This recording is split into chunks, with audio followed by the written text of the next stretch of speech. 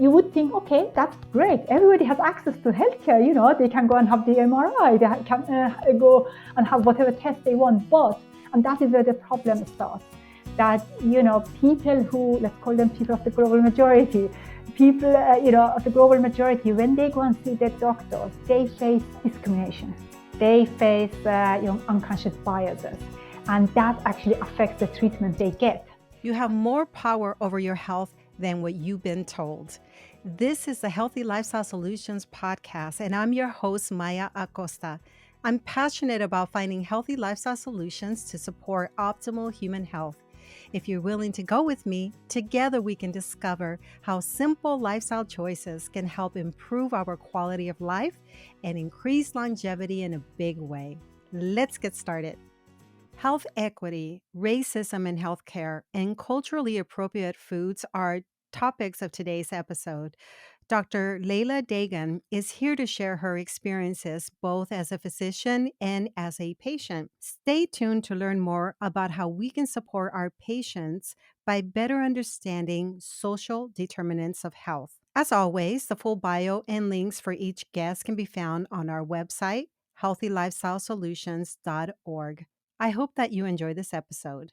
Thank you. Thank you for having me. I heard your story, and so and you don't always share it on the platforms. I've been listening to podcasts where you've been talking about various topics, how you went from being a physician to kind of now guiding your clients more towards more as a nutritionist, and we'll talk about that as well. One thing that I found so fascinating about you is your story, your roots, where you're from, the transition that you experienced when you moved countries. Can you tell us what life was like growing up in Iran? Sure. Yes. I mean, I was quite younger, when we were still living in Iran. But to understand, in Iran, there's this big kind of difference between people who are religious, so they are traditional, but it's like kind of, not religious in the meaning that they are traditional religious. I think, you can be religious, you can practice your religion, but still be tolerant. But some people are traditionally kind of, religious. So my family is actually more traditional rather than religious. So they were just, following the traditions. And so, I grew up in this family where we were Muslims. I was a practicing Muslim, so I was covering myself and everything. And I didn't see it as a burden, because a lot of people, a lot of women especially, think that, that was a burden. But for me, I have always been into sports. So for me, I think the main obstacle was that, I felt like I couldn't actually engage in physical activity, in exercises, I couldn't do that. So, but I was lucky because my dad used to be quite an open-minded guy. So he was actually, although he was traditional, but he was open-minded, and he really wanted his daughters. For him, education was really important. Although he was uneducated himself, he hadn't finished the schools, but he knew that, if you had a good education, you could help other people. So that was the message I was getting, that, you have to get an education so that you can actually help other people. So yeah, that was very important for him. And so when we moved to Austria, it was like kind of, obviously it's not a Muslim country. So we weren't forced, but we wanted to kind of assimilate. We wanted to be part of the society. So I had actually to kind of remove my hijab, my my headscarf.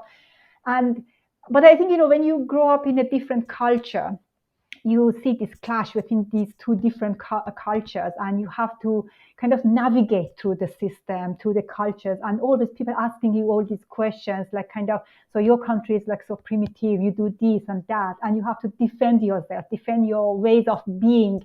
So it's like kind of, no, it's not like that. The media likes sensational kind of headlines, but no, we do have cars. We actually drive cars. It's not like, we are not riding camels. It's so it was really kind of sometimes, if I may call it that, stupid questions. Obviously at school, young children, they are asking these questions. So, or, like kind of, does your father actually beat up your mom? No, it doesn't happen all the time. It's not like that, every kind of Muslim man is beating up his wife. So I felt like I was always just defending my culture, my background, which probably, and at the same time, I couldn't understand the new culture. And I was also under this pressure to actually kind of go and get an education. I enjoyed studying, I must say. So I was quite lucky in that sense. I enjoyed studying. I was good at my studies, which made it easier for me.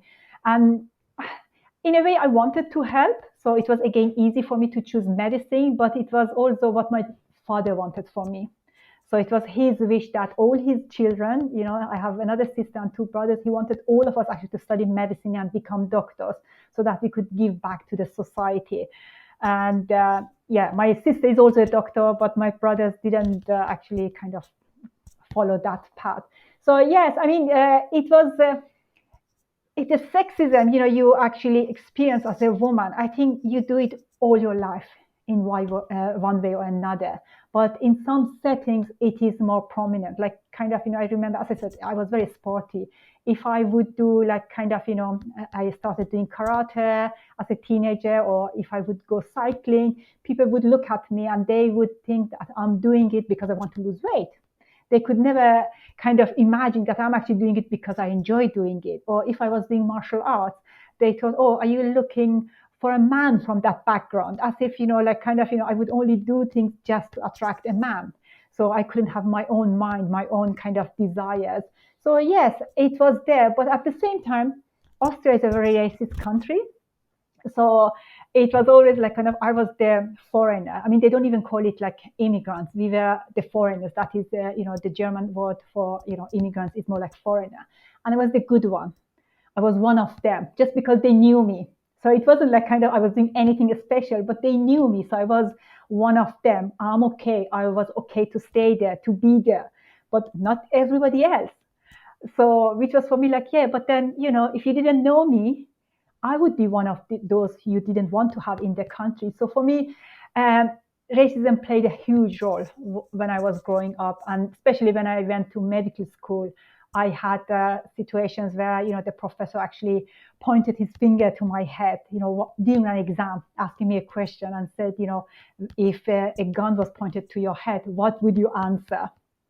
And I complained obviously, and everybody was just telling me, just be happy that you are actually granted permission to study at our university.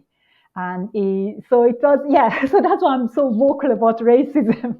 Wow. But also you talk about why the message is not getting out to certain communities about veganism. I have always felt that I'm the only person that's not white in most of the groups that I'm part of, in most of the things that I'm interested in, because I did sort of move away from what was expected of me. I was expected to be married in my 20s and to have children. That was what I was supposed to do.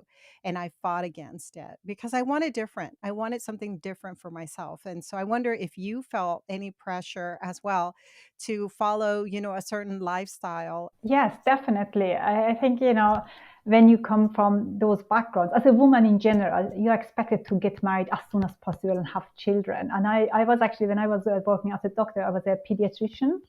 So when I was working with all these kids, their parents, the first question they would ask me is like kind of, how many kids do you have? And I was like, I'm not even married. I don't want to have, and I don't even want to have kids, And they were asking me, so how many do you have? None. And I'm always going to have none. It doesn't mean that I'm not a good doctor. So yes, there is this pressure that you have to get married. You have to kind of follow that lifestyle. And like yourself, that wasn't what I wanted for myself. I wanted something different. And again, you mentioned that, in a lot of settings, you are the only one from your background. And that is the feeling I get, especially, I do martial arts. It's a male dominated sport. So a lot of times, I'm like not the only woman necessarily, but definitely the only woman from my background. So I can definitely identify with that, what you are saying. And I think, it makes life a bit more challenging, but at the same time, maybe more rewarding, because when you achieve something, you know that you have worked really hard for it. And when it comes to plant-based communities, yes, it is quite, if I may say so, white. It's a white community.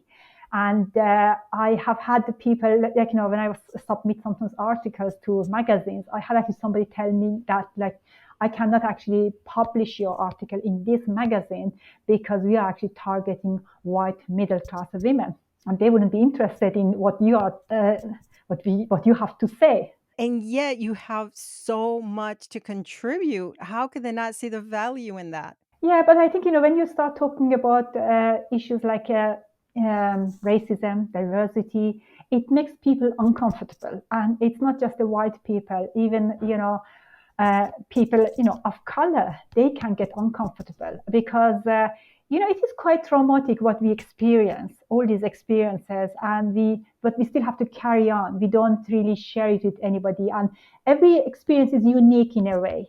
I know the racism I have experienced is so different than what my brothers have experienced because obviously I'm a woman. I have a title, I'm a doctor. My brother is a guy, a male, and he's a construction worker. So his experience is going to be so different to mine. So even when we are talking to each other, we feel like, something is missing. And it is not an easy subject. So you shared a little bit about why you wanted to go into medicine, but it was an experience that you had in medical school that sort of gravitated you towards veganism. Is that right? Yeah, kind of. It is interesting because I was never really kind of into animals. It's funny, actually. Recently, I was in a cafe with my dog, and I met an half Italian, half Iraqi woman, and she asked me, "So, you're from the Middle East. How comes you are actually into animal rescue? Because most women from that area, they don't like animals." And I was probably like one of them. I didn't like animals. I was even afraid of them. So when I went actually at medical school, I remember it was the first year we were dissecting a human arm. Just looking at the muscle fibers, I felt like, wow, that looks like the meat I eat at night. And I just find that so a bit gross. I said, no, I cannot do that anymore. So I became vegetarian at the time. But it wasn't really for animals. It was more just because I just thought, no, it almost feels like I'm eating human flesh. But like everybody else, I thought eating meat is the normal thing to do. And also, in Iran, eating kebab on Sundays, like, is a big thing. So I felt like if I'm not eating kebab and I'm already living abroad anyway, so it's almost like I'm actually betraying my roots. So I felt like, from time to time, I had to eat, meat. It was almost like forcing myself. But then, I met a group of martial artists, and they were vegetarians. And because obviously I'm a martial artist, I felt really inspired. And I said, okay, if they can be, they were professional martial artists, they were winning competitions. So if they can, be vegetarian, why not me? So I went fully vegetarian at the time. But then later, I left medicine because of health problems, and I got involved in dog rescue. So we were rescuing dogs from Romania and Bosnia. And a fellow rescuer, shared a video on dairy industry and egg industry. So as soon as I knew that, like, kind of, that the milk I'm consuming, the eggs are actually kind of coming with a lot of cruelty, with a lot of violence, with a lot of bad energy.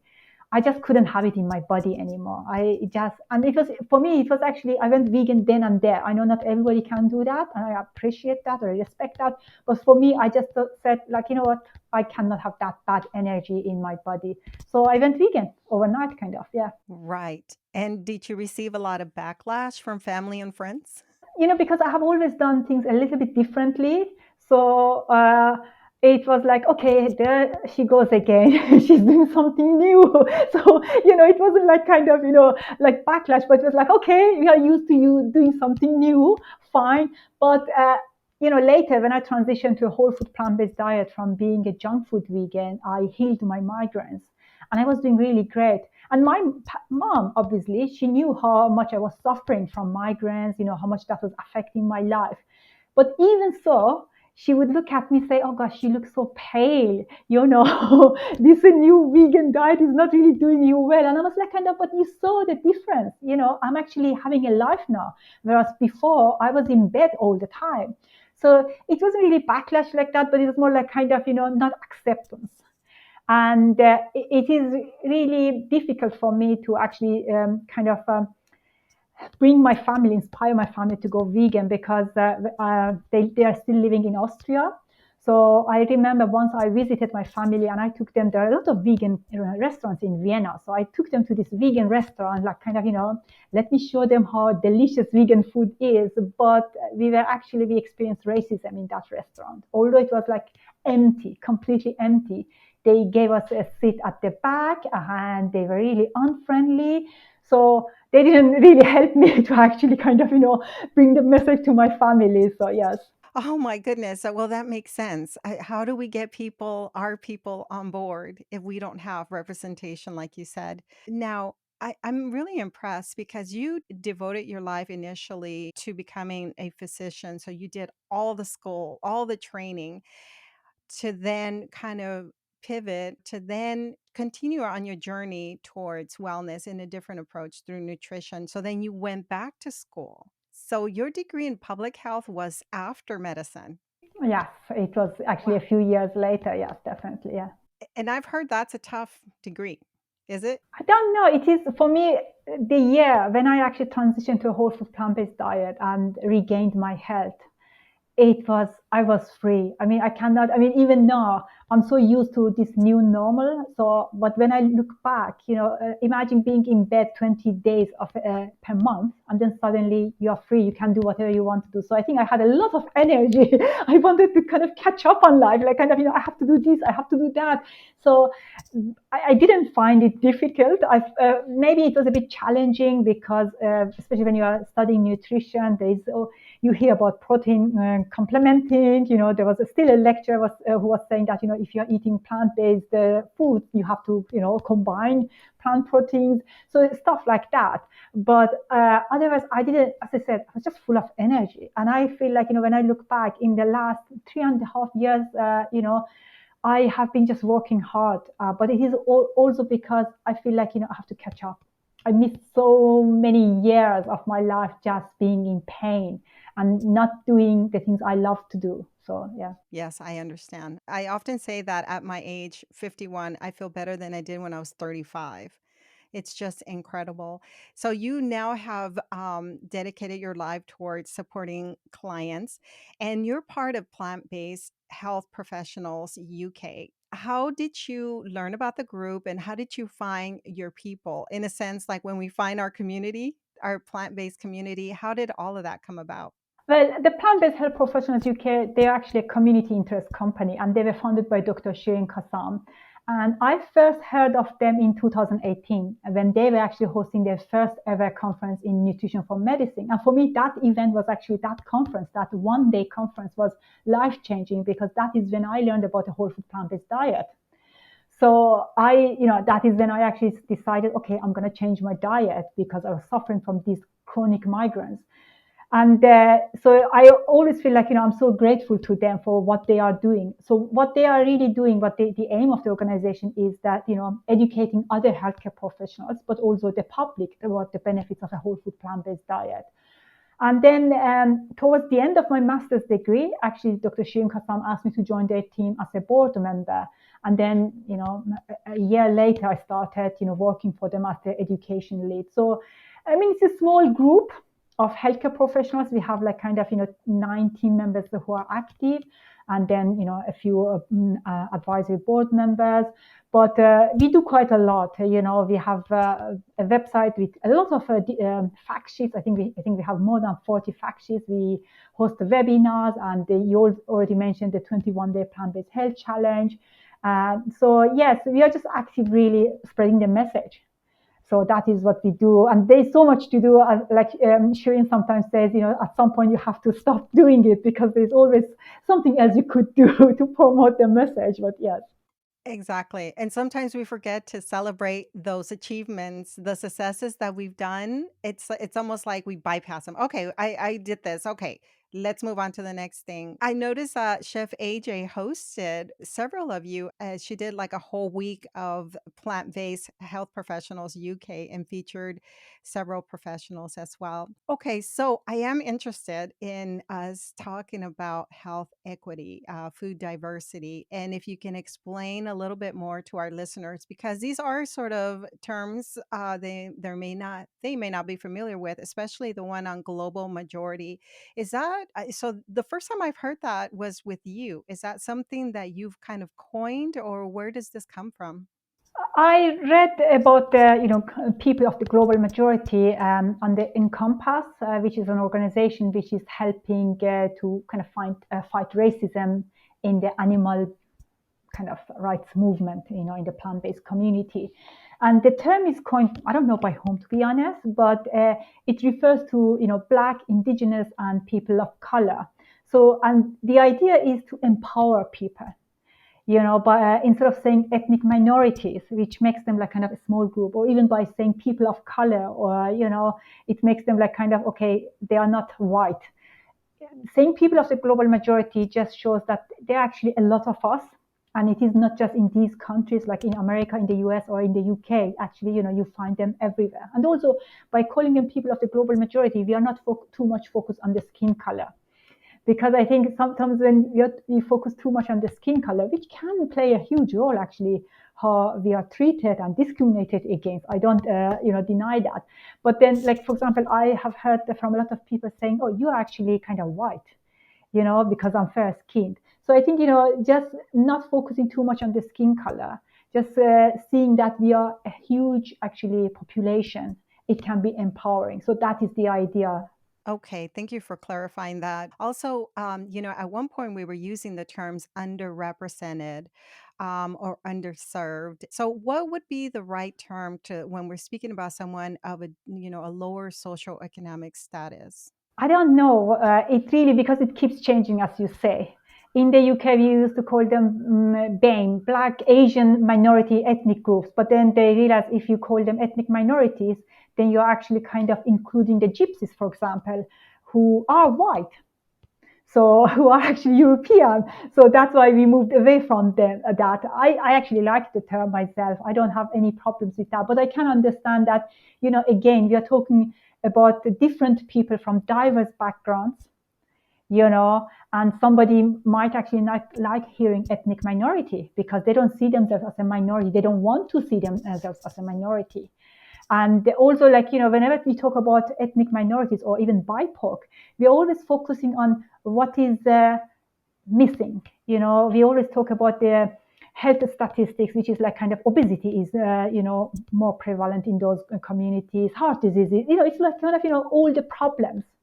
We don't actually celebrate their achievements. We don't celebrate who they are and what they have done, to contribute to the communities. So I think we are still going to struggle, and a lot of people don't know, are not familiar with the term of, people of the global majority or vegans of the global majority. They don't know what that means.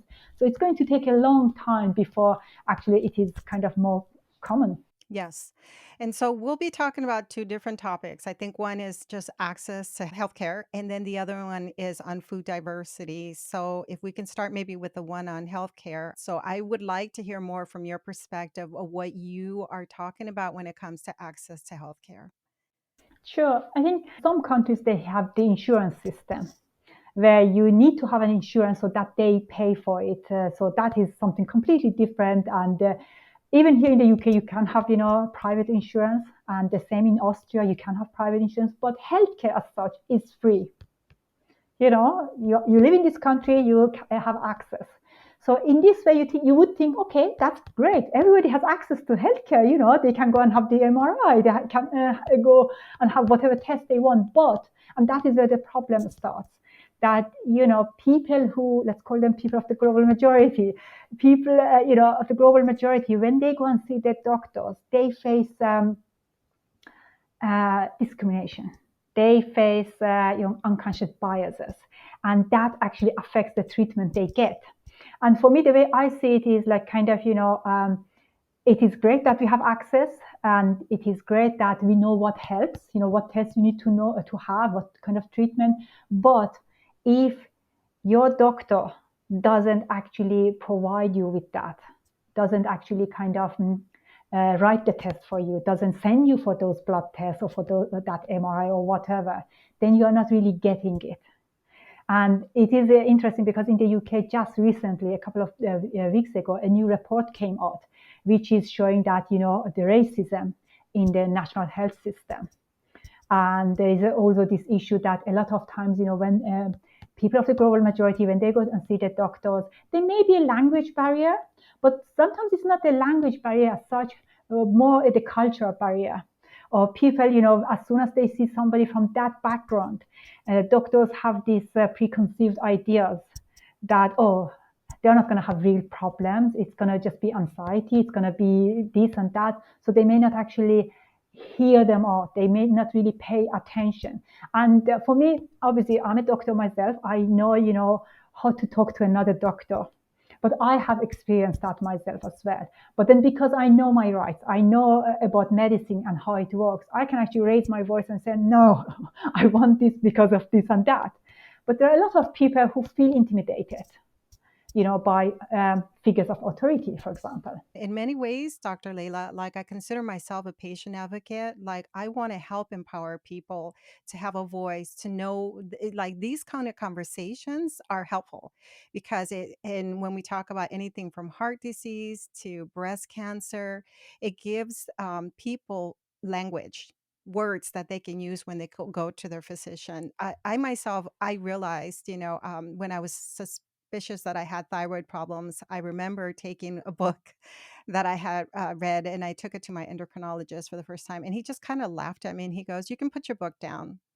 And then I said, "I just wanted to let you know that this is what I've been reading. This is what I suspect is going on." And sometimes physicians feel a little bit, I don't want to say threatened, but annoyed by people like myself who go in there armed with information. And yet there are other people like my mother who has a heavy accent, whose doctor speaks down to her. And my mother will tell me, and it makes me very angry because I can't be there to defend her. I guess that's what you're saying is that many of us maybe do not know how to not go in there fighting, but feel comfortable with speaking with a doctor and asking questions. Yes, but it's not just on patients. I actually talk to healthcare professionals and I always tell them you need to keep an open mind, you know, and it also applies to doctors of color. Just because you're a doctor of color, don't assume that, you are going to treat them fairly. I mean, I actually recently heard there is a term called conforming bias. So when you keep seeing your colleagues, your white colleagues, treating those patients that a certain way, you actually kind of give in and conform. So whatever they are doing, you take it on. So you do the same thing. So just because you're a person of color yourself doesn't mean that you understand it. So for me, it's always like kind of keep an open mind and listen to them. Don't assume. Just imagine what would you do and say if it was a white person sitting in front of you. And I think doctors should also understand the reason why patients might go there with books or say I googled it is because when you go, I have been patient all my life. Actually, I have been probably more patient than a doctor throughout my life because of my migraines. And when you go there, you feel so vulnerable. You feel actually in a weak position. And you're sitting there feeling small. So by saying that actually I know a little bit about my condition, you are trying to gain some power back. So that is what you are trying, just to create a bit of balance between yourself and your doctor. Otherwise, yes, you do already feel like your doctor is actually in a more powerful position. So I think doctors should just acknowledge that and appreciate it. It doesn't mean that the patient is trying to kind of educate the doctor or expect something unrealistic from them. They just want to feel a bit more in power. That is it. That's why they go with that information. Well, this is all making a lot of sense. So, when you say, for example, that some physicians may not even order certain labs for their patients, it's because they might, for whatever reason, like you say, their judgment about it. It kind of reminds me of how some individuals or some physicians don't speak to their patients about plant-based foods because in their mind, they're already thinking, well, this person's not going to listen. They don't care. Where you haven't given that patient an opportunity to hear the message. It's something that's very hard to do nowadays when you only have 15 minutes to speak with a patient. Yes, and that's why it is a problem of the system, not just the individual doctors, because you do need the time. You need to have the time to actually see the person in front of you as a human being rather than a patient with a diagnosis. I'm not my migraine. I'm whoever I am. So I think, and that is a challenge for doctors, especially as you say, if you have 10, 15 minutes. and you know that you're already running late, and you know that your patient is going to, the next one is going to be angry because actually, you know, you're late.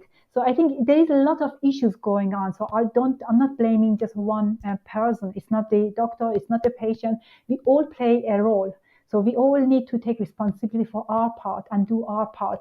And then together we can actually create those changes. What can we do to kind of soften that relationship, that experience that patients have with everyone? Because it's not just a physician, it's the nurse practitioner, it's the nurse, it's anyone that we come in contact with. We feel like this little. You're right, and you know, I actually recently had to complain to the receptionist at my doctor's surgery because she, like you were saying, the way she was talking to me, like kind of, you know, uh, what do you know, like kind of. And then again, I'm lucky because I'm a doctor. Then I reminded her I'm a doctor, so I know what I'm talking about. But what about those people who are not in that position? And a lot of us are not. And I think again, firstly, you need to find. You may not be able to change your doctor, the receptionist, the nurse then and there. So you need to have a support system that when you come out of that, office, that you can go somewhere and feel safe and loved and appreciated and respected. Because what happens is when you go and, like you say, you feel so little, you need to come back and find your dignity again. And that is why you need to have a community. So really having a community is so important. And I think for doctors, it's really just keeping an open mind and always reminding themselves that this is just a human being sitting in front of me who is vulnerable. Because, you know, we already feel, vulnerable when we are in pain. Now you're going to a stranger asking for help, and you may be anxious because you don't know what is going on, and you have heard all these horrible stories from neighbors and friends. So I think we just need to remember that we're all human beings. We have all our, life challenges. But even the same, with patients, when you're sitting in front of the doctor, don't assume that they are sitting there and having coffee. Because I think that is what a lot of people, believe. With all these movies, we watch, all these TV shows about doctors who are always leaving the hospital, going, doing something personal. That's not real life. Doctors, I have been on both sides. Sometimes you're working 2-3 hours, without a break. You haven't even had time to go to the, bathroom. So again, I think both sides need to actually kind of take a moment, take a deep breath, and see the human being in front of them. I think that's why I find lifestyle medicine practices, the way that many of the physicians that are plant based are moving towards. I find them more appealing because now I'm sure that issues could also happen in settings like that, but I feel like there's this idea of a team that's being built to support the individuals. They're all coming together to offer support, which is very different than the system that they come from. I don't know what you think about that. Definitely. I think the medical system, the way it is at the moment, it is like kind of what pill can I prescribe? So it's almost like kind of as soon as somebody starts talking, you're thinking what pill would actually help with that problem instead of actually listening to the whole story. Because maybe it's not the pill, maybe it's not the medication, maybe it is just showing them that they have been heard, they have been listened to, and we forget that we forget about the social determinants of health. We forget that there are so many other factors going on which are making us sick. But sometimes when maybe your housing situation is bad, and that's why you have the pain. So that's why you need to listen to them. Just hearing like somebody has, I don't know, pain in their legs is not enough. Maybe there is that they don't have, they live on the fifth floor and they have to kind of climb the stairs every day and they can't do that. Just listening to the whole person and to the whole story rather than just focusing on one problem. And I just think you're right in the lifestyle medicine because they actually include all these other aspects, exercise, smoking, and having the sense of community. They already include that in the consultation. They are actually more likely to see the whole person. Right. And then also when we think of certain cultures and how difficult it is, certain men that are machistas, like, like my father, it took I mean, it was very hard to get him to just go and get screened to see if he had diabetes, years ago. I think it will take time, and but we can change the system. We have created the system. At some point, we have created the system because we thought that works, that's more efficient. Now we are realizing it is not anymore. So with small changes, we can actually change the system again. So now, what do you mean when you're talking about food diversity? Can we explore that topic now? Sure. For me, the way I see it, when I was actually working as a doctor, I didn't know about the role of diet in disease prevention. So when I learned about, the power of nutrition, of diet, I was like, oh, doctors are missing out on something. And then I learned about the social determinants of health. I learned that, social factors, environment, employment, where we live, all of that actually affects our health. And when it comes to food, it's also about, we already touched on that. Do we have actually access to healthy food? So, telling someone this food is good for you, but they don't have access to it. So, what is the point of that? And I think, again, we are missing out on an opportunity here actually to change the system and create healthier human environment actually. And when it, especially, we talked about racism actually informs all the social determinants of health. So I think, uh, when we talk about obesity, heart disease, diabetes, and we know all of these diseases are actually more prevalent in the communities of people of the global majority. So for me, I see the going plant-based as the solution, but getting them actually to eat a plant-based diet is not as straightforward as we would think. And one of the reasons is, as we already said, veganism or eating a plant-based diet is seen as this white thing that only white people do. So, I mean, somebody actually told me that, oh, that is something white people do who don't have any real problems. And I have real problems. So I think, we need to kind of firstly remind in these communities that, the traditional diet of many of these communities is actually plant-based. So we need to actually get them to go back to what they were always eating, which was plant-based. But also like kind of, speak the language so that they understand it. I think that is it. A lot of it is actually lost because the way we present the information. So making it culturally appropriate. You mentioned that, your father didn't want to go to the doctor. And I see that with my own mom, she doesn't like to go to doctors. And but she's more comfortable if it is actually a doctor who speaks her language because she feels like he knows me, he knows my story. So, it does. So I think, changing all of that. And when it comes to plant-based diets, we need to create a community which is more diverse. We need to have more representation. You mentioned, there aren't a lot of podcasters from your background. And it is true. I mean, there are probably more female vegans, but we always hear about male vegans having done something amazing. So I think, we really need to give them the platform so that, people see other people who look like them out there talking about these issues. So we really need to provide that platform to them. And does it start with us? For example, myself as a Mexican American raised here in the country, does it start with me reaching out to other Spanish speaking people and saying, hey, you can, come on board. Like if you're already vegan, come on board and let's create programs, let's offer support, let's mentor other people. But you do need support, and I think that is where the issue starts. Actually, people of the global majority, they need the support of white allies because they have the platform, they have the following. If I go out there and create a project, nobody knows me. Nobody's going to kind of pay attention to my project. But if somebody else, an organization which has a huge following says, "Oh, actually, this is interesting," people will start watching it. So I think that's what the importance of having white allies who actually, and we need white vegans to realize that and give us the platform, help us to actually kind of. I was talking to uh, animal activists in Asia, from Japan and China, and they were saying that they need actually the vegans in the West give them the platforms because that gives them credibility among their own people. I know it feels weird, but if that is what works, then we need to use that. That makes a lot of sense. And that reminds me, for example, the Physicians Committee for Responsible Medicine, early 2020, before the pandemic, I flew with my mother to DC to do a 2 day kind of a weekend immersion program. Really, I was there for my mom to support her.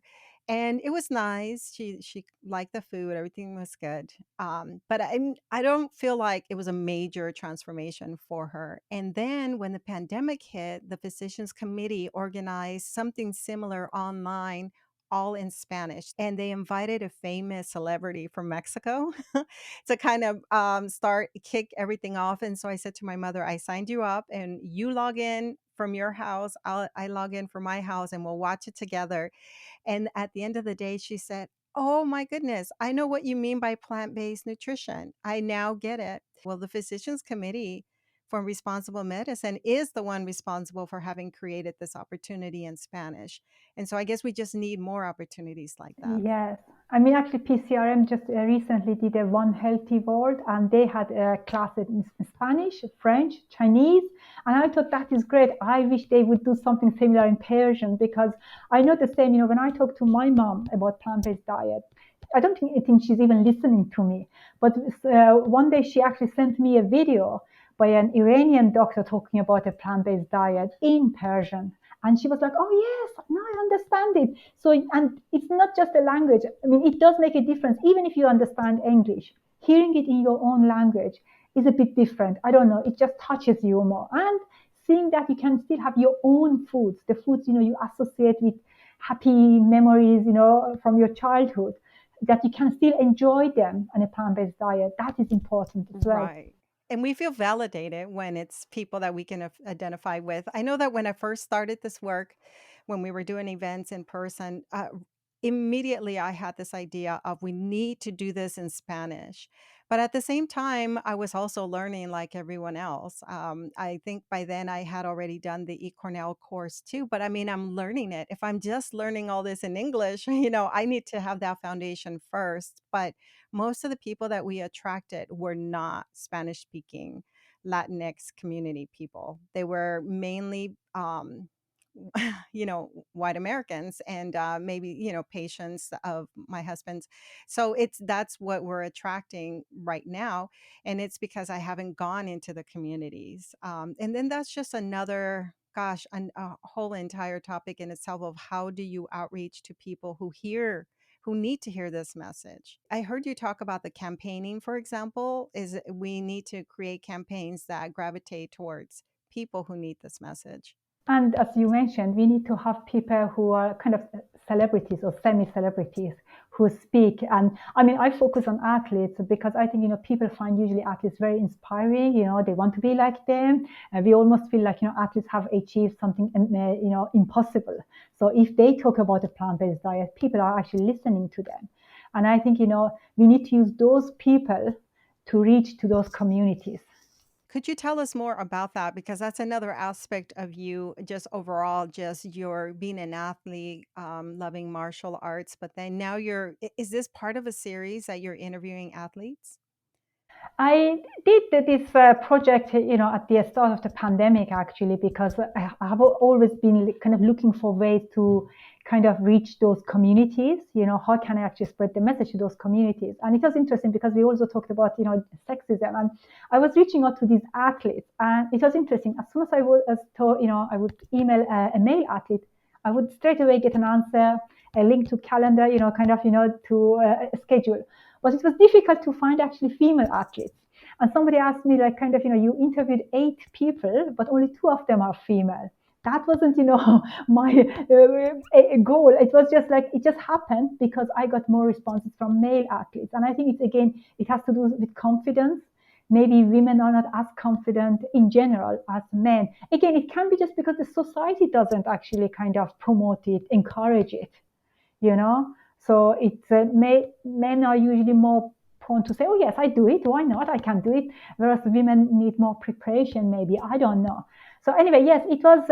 I had the funding from Veg Fund and ProVeg, and I just created 8 videos, and I wanted it to be all, people of color or vegans of the global majority. And I also had some people, in other countries, Turkey, Iran, and uh, Mexico. I think I had somebody from Mexico or India. I had asked them to actually just record themselves saying that, from which country they are originally from and how long they have been vegan, just to show people that, that is how a vegan can look like, not necessarily a white vegan. But I also wanted to focus, that is my focus, is health.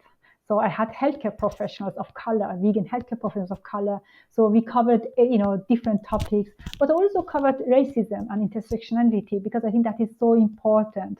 And we are seeing more and more kind of, research coming out that race, I mean, we knew it, to be honest. It's not even new. We knew that, racism affects your health. It can create chronic stress, and we know what chronic stress does to body. So yes, I covered that as well. I think it is very important that we speak about that. The way that I like to think about it is that many white people have created the path already, have laid down the foundation for some of the things that are new to our communities. And that's where you're saying we need them as allies. And how can we support one another so that we can get more people on board? But it's not just showing that things are affordable, is reaching out to the people who need to hear the message. That's where it's difficult. Yes, and I mean, whenever I speak to Iranians about it, they say, "Oh, but tofu is expensive. This is expensive." Then I just tell them, "Why do you need tofu? We have never had tofu in our cuisine. So why do you suddenly want to include tofu? Our cuisine is rich in legumes, and grains. So that is what we should actually be eating and eating more of, rather than including, ingredients we have never used in our cooking." And I think again that they have this impression because of the messages we put out there. You know, tofu is so associated with veganism. It's almost like kind of, you cannot be a vegan and not eat tofu, but you can. But I do find it interesting when I see, say, for example, a white individual teaching people a traditional Mexican dish that I grew up with, how to veganize it or make it healthier, plant based. And I feel this disconnect. When I say these things, I don't want, it's for me, it's not about discriminating on the other end. It's about voicing what is happening within us and why we feel the need for this support. This is why we're having this conversation. To be honest, I actually, that is again an issue I have been raising quite a lot, because I think actually, I mean, it's food appropriation, it's cultural appropriation, taking, a cuisine you didn't grow up with and veganizing it. I remember I veganized an Iranian dish and I put it out there on Facebook, and somebody told me, "Oh, but a white chef, you should be using this." And I said, "Yeah, but, I want it to taste just like my mom does, cooks." And then she was giving me advice. And I said, "You don't even know about my background. Iran is such a huge country, but she kept pretending that she knew." And then, yes, she is actually a chef, and she does actually kind of do kind of Middle Eastern cuisine, but she never says actually where she learned it from. And I felt actually very insulted. I said, "That's my culture. I wanted to taste just like my mom cooks, not like anybody else. And you feel like you know better than I do. You know better about my culture." And I think that is actually, it is something, a huge issue in the vegan community. People coming and, taking those traditional dishes and veganize them, and they change it.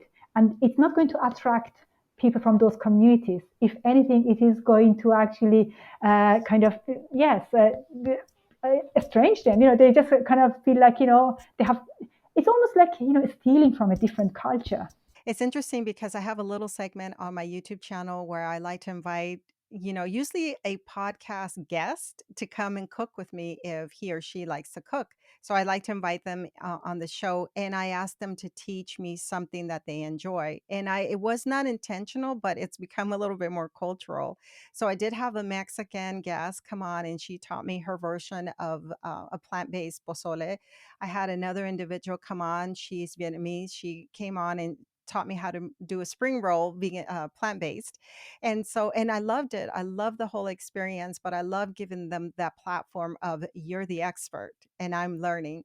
And there are other dishes that I didn't grow up with that I don't know what they're supposed to taste like, because I didn't, like shepherd's pie, which might be common in a lot of households. I didn't grow up with that. And I stopped eating meat so many years ago that I don't know how the flavors are supposed to be in the first place. So I don't even, I tried making it once and I failed. Eh, the same here. Shepherd's pie is I feel like it's such an English kind of dish, and I have never had it. Even when I was eating meat, I never had it. So for me, even a plant-based version, I wouldn't know how it is supposed to taste. And I want to add here, I'm not talking about, you know, me cooking Mexican at home. That's okay. We all try different cuisines, from other countries. But actually taking that cuisine and trying to make money out of it, whereas that person from that community wouldn't be able actually to make money. That is the problem. And I think that is, when we talk about, because a lot of people say, yeah, but I like to, especially when it comes to curry here in England, everybody likes to have a good curry. That's fine. We can make it at home. There's no problem with that. But if somebody is actually creating really Indian curries and saying that, a white person and sells books and, is making money, whereas an Indian making those curries would be actually not creating the same kind of attention to herself or himself. So I think that is where the problem starts. Yes, thank you for clarifying that. I want to make sure that I emphasize your programs, your projects, the things that you're working on because you're so involved in many ways. So the this project, Food on Diversity, would you like to tell us more? Sure. Well, I think, when I look at these, kind of food. Food is actually like we all eat food. We don't eat food just for the energy. We eat food because it tastes good, and also because we associate it with some memories. So I think, but at the same time, we see that westernized diets are actually increasing in countries like China, Iran, Middle East, and even Brazil. People are eating more of those westernized diets. And it is interesting as they eat more westernized diets, like kind of high in processed foods, high in fat and sugar and salt, the rate of obesity, diabetes, heart disease, and cancers is also growing. So there is definitely an association, and I think I really want to focus on trying to find ways of introducing traditional diets to those communities again, and getting them away from the westernized diets they are having. So it is an ongoing project, and but also because, as I said, for me, racism is also important. The link between racism and food justice. So I like to talk about it, and who knows, collaborate with somebody and create something. I don't know, but it is something ongoing for me, definitely, because I think it is important that we have this discussion. So it's like a passion project of mine. So it's not something I want to make money from, because I really just feel like, I'm very passionate about it. Because if you mentioned that all these videos, resources are available, but a lot of these communities don't even have access to internet. We forget about that. We always assume, I mean, I had a client once in the community who didn't have access to a kitchen. So what is the point of me giving, recipes to that person? So we always assume whatever our reality is, that is what everybody else's reality is. So I think it is really important to focus on social justice issues as well. It's all interconnected. So that is one of my, passion projects. But the other thing I'm really proud of is I just created the first ever course on plant-based sports nutrition. I did that in collaboration with Plant-Based Health Professionals UK and veganfitness.com. I don't know if you're familiar with veganfitness.com, Nimai Delgado and his team. So Definitely. uh, so yes, so I mean I didn't do all the lectures myself. I had a team of 8, dietitians and nutritionists. We all came together, but I had the idea. We put it together. So we are going to launch it very soon. Very nice. That's always a question that people that are getting into, working out always want to know what to eat. And you've It is a course. So it is for dietitians, nutritionists, healthcare professionals, but also for fitness professionals. But also anybody who just is interested in fitness, but wants to eat a healthy diet, a plant-based diet. So we put all the research together, from the beginning, what they need to know about energy systems, carbohydrates, protein, how much do you need, when should you eat what, and supplements, and everything. So I hope that we have covered everything. We have different needs depending on our activity level. That is wonderful. My goodness, I can't wait to look into it. Also, you've said that people lack cooking skills. Yes, I remember I was talking to someone and she said it's so much easier to take like some animal product, I don't know, I don't know, beef or chicken or whatever, to put it in the oven and eat that rather than actually cooking something. I think we have actually forgotten how to cook. We have forgotten how important it is to cook. And again, there are some communities where cooking is like has a social aspect. You know, people meet together in the kitchen, sit and have a chat and cook at the same time. And I think we need to bring that again. You know, we need to make it more attractive. Why people should, cook. Wow, this has been wonderful. I really enjoyed speaking with you, Dr. Leila. What is the best way for people to reach you if they want to learn more about you or any of your projects and programs? Well, I'm active both on Facebook and Instagram. I also have my own website, which is drleiladehghan.com. So yes, they can connect with me on any of them, and they can find out more about the sports nutrition course. They can sign up to my newsletter, and as soon as we launch it, they can be notified. Yes. And thank you so much for having me. I really enjoyed talking to you. I think I could have probably talked to a lot more, and I wanted to. There were so many questions I had of you, but maybe another time. Right, I know. I could ask a lot more because I think it's so rich, the content that you have shared with our listeners, especially because I don't cover it enough. I feel like not enough people are speaking about these important topics. So I was so glad to know that you have this rich background that you can contribute, so that we can get the conversation going and raise the awareness that we need more support to get more people from our backgrounds on board, towards eating more plant based foods. So, thank you, Dr. Leila. Thank you. You've been listening to the Healthy Lifestyle Solutions podcast with your host, Maya Acosta. If you've enjoyed this podcast, do us a favor and share with one friend who can benefit from this episode. Feel free to leave us an honest review on Apple Podcasts. That helps us to spread our message. You can also head on over to podinbox.com/HLS to leave me a voicemail. Don't forget to subscribe. And as always, thank you for listening.